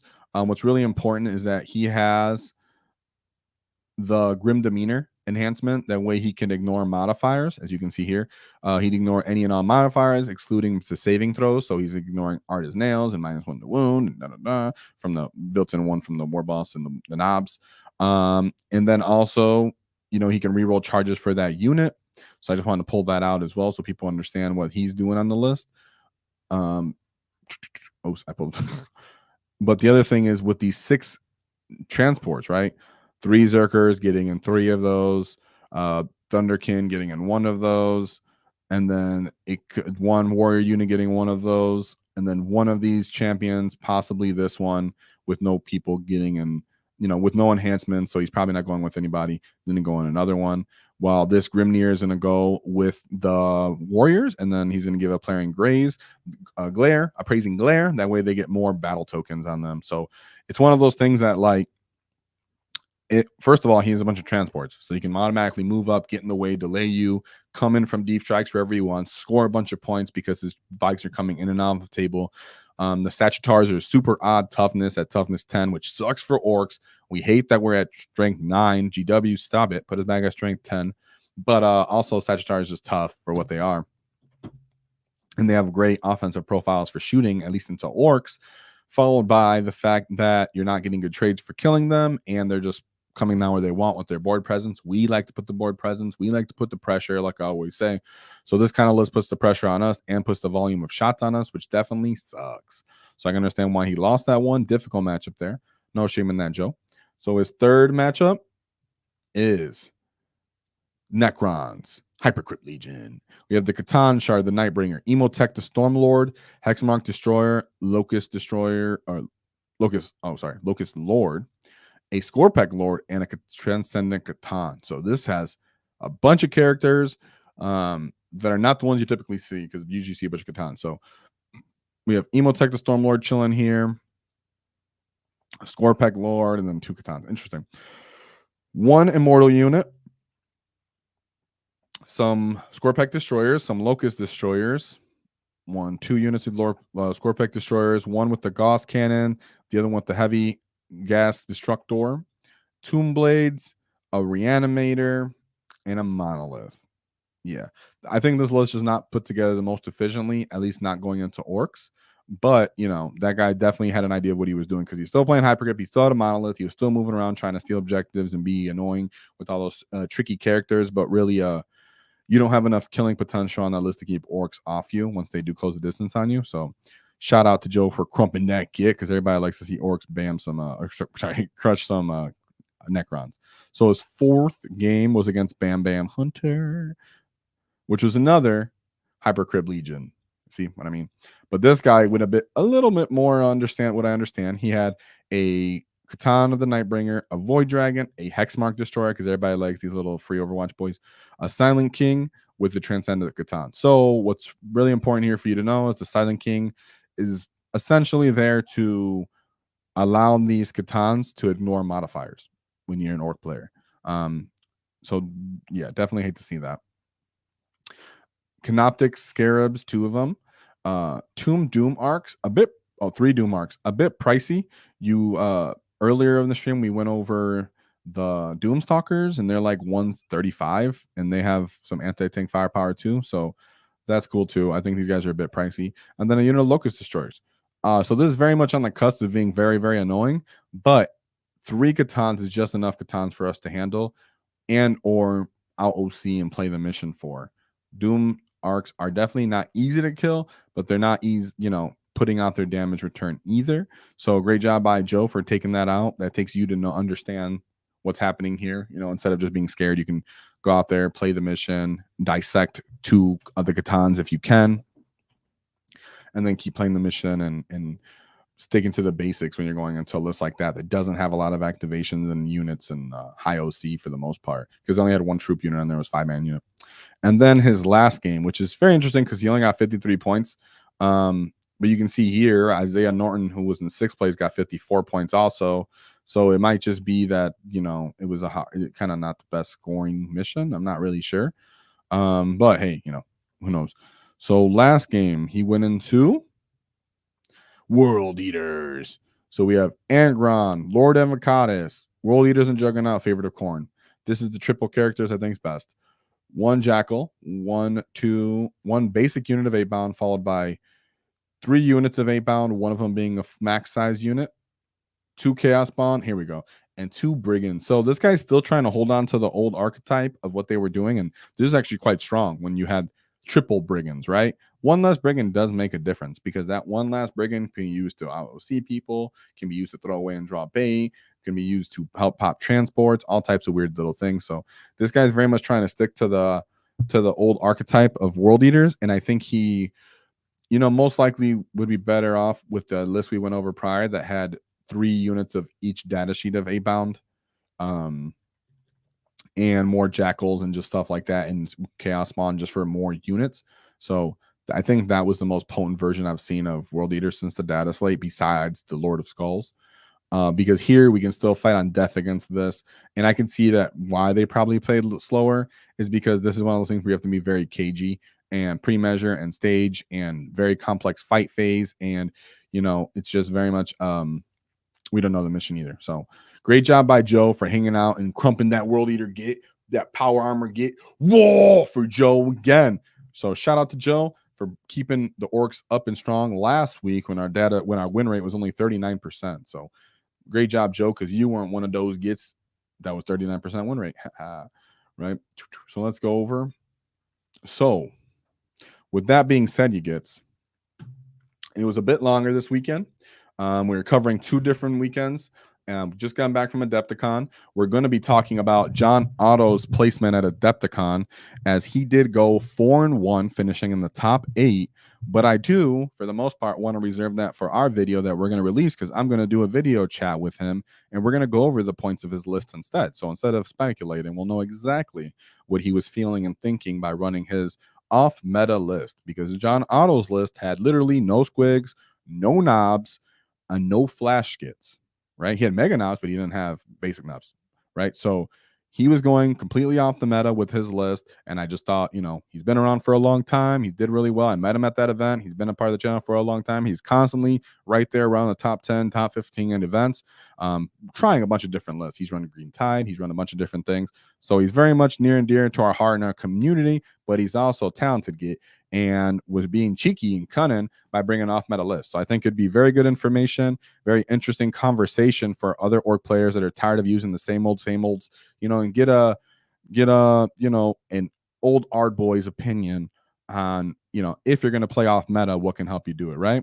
So make sure you guys look out for that, because we're going to have that out there to give you guys some insight as to play a little bit off meta, which I think will help as we go into the codex too. So be open to that conversation, be open-minded. Should be a good one. So we didn't forget the Adepticon placement of the orcs. It was very much intended that we're going to just talk to the git instead and not have me speculate. But shout out to John Otto's list and the Great WAAAGH, because I appreciate you gets to anybody I met, like Clip. I don't know, Clip, you didn't tell me who you were yet, unless I missed it, but let me see. He says, great seeing you at Adepticon. I don't think he told me. Yeah, he still didn't tell me which gid he was. So, Clip, were you're back around there, Clip? I think you're in Discord, so I'm gonna find out, because I'm, I know you didn't tell me, hey, it's me, Clip. You told me your real name and everything, so it's funny. So, guys, how are orcs doing now? I don't think necessarily orcs just suddenly made a comeback because anything greatly changed in the meta. I think there was a bunch of big events, a bunch of big games. So some high-level orc players got multiple games in to kind of rack up their wins instead of just a basic kind of like 4-1. There was also a lot more of events that were going on, so the great players were able to get more wins in consecutively. And I think that, sometimes it comes down to the meta is constantly adjusting because of other people teching into other things. And I think as custodes, which were one of our reasons we were so down, has teched into trying to deal with the fact that everybody else is trying to kill them. They don't have as much tools into us directly because they don't have the grav tanks and things like that. So that very much matters. That's why you should always just keep playing a faction that you love and keep using the units you love, because, the meta is constantly ebbing and flowing, but the rise of the green tide is everlasting, right? So going into the codex season, you guys, be aware that I've greatly advised that you collect what you want to start collecting, start hobbying on painting on that now, and just stick to the faction and don't fall off just because maybe I'm tired of using squigs and I'm tired of using knobs. We're going to go over John Otto's placement in list where he didn't use those kind of things. We've showed you lists where they're using Kommandos, where they're still using Squighog boys, where they're using kill rigs, where they're using battle wagons. So they were using boyz, where they're using banners without wagons. We're using 20-man units without gas. There's so many different things that we've been going on for the channel for the last 2-3 weeks. So hopefully give you guys a little bit more ideas and things that ways you could play while you prepare for the codex. So still be motivated, still be encouraged. Don't be discouraged just because you see that our win rate kind of flows and goes. For the most part, orcs are always doing fine. So you think John Otto says, I think it's just that with the cost of squigs and knobs going up has changed some. Yeah, I can feel that whenever I'm making lists, I feel like I'm constantly hyper efficient and like hyper elite. And I don't really like that. It doesn't feel very orky. So I personally am thinking of more, trucks and maybe boyz, like we've seen in some of the lists we went over today. Me and John in person, we're talking about fixed versus tactical and stuff like that, which we'll go over in the interview. There's a bunch of great ideas and interesting points. And I think orcs are still doing fine, still very powerful. Have so many good win rates into some of the more annoying factions in the game. But we do have a bit of a harder matchup into some of the less top of the meta armies, right? Like Death Guard. It's a really strong army, but people have tools for it called a lot of guns and lethals with guns. Leagues of Voltan, not really winning events, but they're still doing really good in Torx because they have the tools. Tyranids still kind of sometimes a hard matchup for us week by week just because they have tools as well, even though they don't do too well as a whole. So this is all just food for thought for you guys. You guys are all independent, wise war bosses. Let's all remember that a WAAAGH is actually a conglomeration of great war bosses, right? So keep doing what you do. We all WAAAGH differently, and it's always the rise of the green tide. Keep in mind that we have our Friday stream where we're going to go over our raffle. We're going to be giving away our giveaway for our 2,000 members subscription reach. So if you like and subscribe the video, that helps us. We appreciate you. Be sure to collect those super chats from those very generous gifts. And I'll see y'all on Friday. But there's always one thing to keep in mind. Don't cross our wall because we knock your teeth out.